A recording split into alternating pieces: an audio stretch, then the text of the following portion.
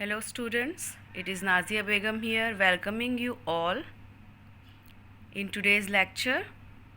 So in previous lectures we have discussed about the electric field due to an ideal electric dipole at the positions on axial line and equatorial line. And today we are going to discuss electric field due to dipole at any general position. Before that, let me tell you one thing which we have forgot in our previous lecture, and that is the direction of electric field in equatorial position.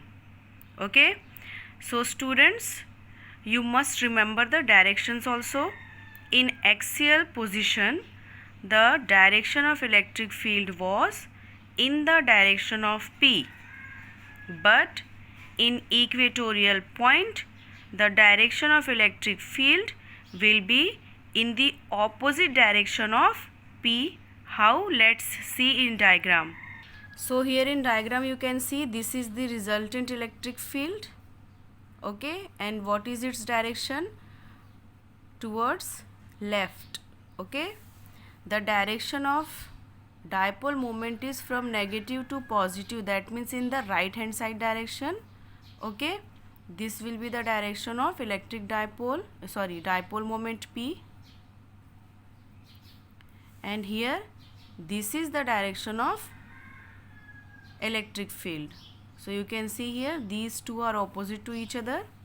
Okay students, so you must remember this point that in axial position the direction of electric field is in the direction of dipole moment, and in equatorial position the direction of electric field is in the opposite direction of dipole moment. Now let us discuss the diagram of today's topic. So here you can see one dipole is there. Okay, minus q charge, plus q charge, center point O. From O you can see one point X is there. Okay, this is one point X where we have to find out the electric field. Now you all can see X is neither on equatorial position nor axial position, but it is at any random position by making an angle theta to the direction of P. Minus q2 plus q, this is the direction of P. With this direction, okay, you can see this position vector is there. From O to X the distance is r, so this is the position vector which is showing the position of X. This position vector is making an angle theta to the dipole moment direction. Okay, so this is at any random direction which we call at general position. In this position, when we have to find out the electric field, we have to do one thing. So students, we have already studied that whenever something is making angle, then what we do? We resolute it in two components. Okay, so here P is making angle theta with this position vector. So P we resolute here in two components. So what we have to do? Draw one perpendicular from plus q charge, draw one perpendicular from minus q charge. So this we will get. Okay, this is one component of P which is in the direction of position vector. So this we take as P cos theta. In the direction of position vector we take as P cos theta, and perpendicular to this one more component of P we will take, which we call as P sin theta. Okay, now let's see from P cos theta what is the position of X. If we see P cos theta as an individual dipole, so here what we have to do? First we have resolute in two components, P cos theta and P sin theta. Then we have to treat them both like two individual dipoles. Like P cos theta is one dipole, P sin theta is one dipole. So we have to find out the electric field because of these two individually, and then we will find out the resultant. Okay, so because of P cos theta, if we see what will be the electric field, see x is in axial position of P cos theta, it is P cos theta, so point x will be in axial position. Okay, and for P sin theta, if we treat it as individual dipole, so from P cos theta, point x is in equatorial position. Okay, for axial position, this is the direction of electric field in the direction of P here, and for P sin theta, this direction will be opposite. Okay, so for P sin theta, suppose we have rotated it, so minus q is this side, plus q is this side. Okay, so the direction of P sin theta will be in this direction, okay. So direction of electric field will be in opposite to P, so it will be in upward direction. Direction of P sin theta is downward, and in equatorial position we have seen the electric field direction is opposite to dipole moment. So here, because of P sin theta, the electric field will be in opposite direction, that means upward direction. Okay, this is the direction of E because of P cos theta, that is in axial position.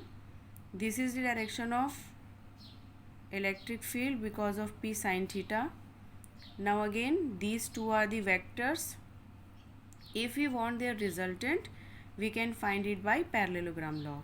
See, so we complete the parallelogram. So here will be our resultant. This will be our resultant E. So diagram is clear to you all. Now let's move to derivation. So here P is resolved in two directions, P cos theta along R, P sin theta perpendicular to R. X is on axial line of P cos theta. So because of P cos theta, what will be the electric field? E axial equals to 1 upon 4 pi epsilon naught 2P cos theta upon R cube. The equation for electric field electric field at an axial point is 1 upon 4 pi epsilon naught 2P upon R cube, but in place of 2P here we will take 2P cos theta. Okay, similarly X is on equatorial line of P sin theta, so this will be the electric field because of P sin theta, that is when X is on equatorial position. So what will be E resultant? By applying the parallelogram law, the resultant will be under root EA square plus EC square. Okay, putting the value of EA and EE, then P upon 4 pi epsilon naught R cube is common, so we take it out. So here we got root over 4 cos square theta plus sin square theta. Okay, this two we square it, so it becomes 4 cos square theta plus sin square theta. Now this 4 cos square theta can be splitted in 3 cos square theta plus cos square theta. Cos square theta plus sin square theta equals to 1. So this formula we finally get for electric field due to a dipole in general position. Now let's see what will be its direction. Here you can see this is the resultant electric field. Suppose it is making angle alpha with EA. So that time the direction will be this one. Tan alpha equals to E equatorial upon E axial equals to 1 upon 2 tan theta. When we put the value of E equatorial and E axial, all the similar terms P upon 4 pi epsilon naught R cube, they all will cancel, and as we know E axial is twice the E equatorial, so 1 upon 2 we will get. Okay, so 1 upon 2 tan theta In E equatorial we have sine theta. In E axial we have cos theta. So all the similar term will cancel, 1 upon 2 will left, and sine upon cos will become tan theta. So alpha equals to tan inverse half tan theta. This will be the direction. So if we know the direction of theta, we can find out the direction of alpha also. Sorry, if we know the value of theta, we can find out the value of alpha also. Now one more question can come in your mind, that if this is about general position, so from this general position the formula of axial line and equatorial line can also be achieved. Yes, it can be achieved. Okay, see, for axial line, the angle between P and R, okay, the angle between P and R, let's see in diagram. This is the direction of P, and in axial position this also will be the diagram of R. So the angle between them will be 0 degree. When we put theta equals to 0, so like this we get the formula of E axial. Okay, when the point X is in equatorial position, so this is the direction of P, and here will be the point X. So what will be angle here? 90 degree. Equatorial line, for equatorial line theta equals to 90 degree. When we put that value, cos 90 is 0, we get this formula of E equatorial.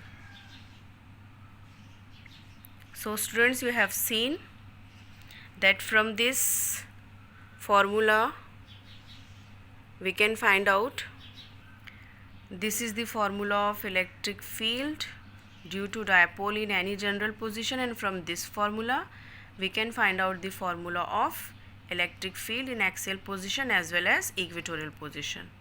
So this is it for today's lecture. Electric field due to dipole in all the 3 cases we have studied is very important. You all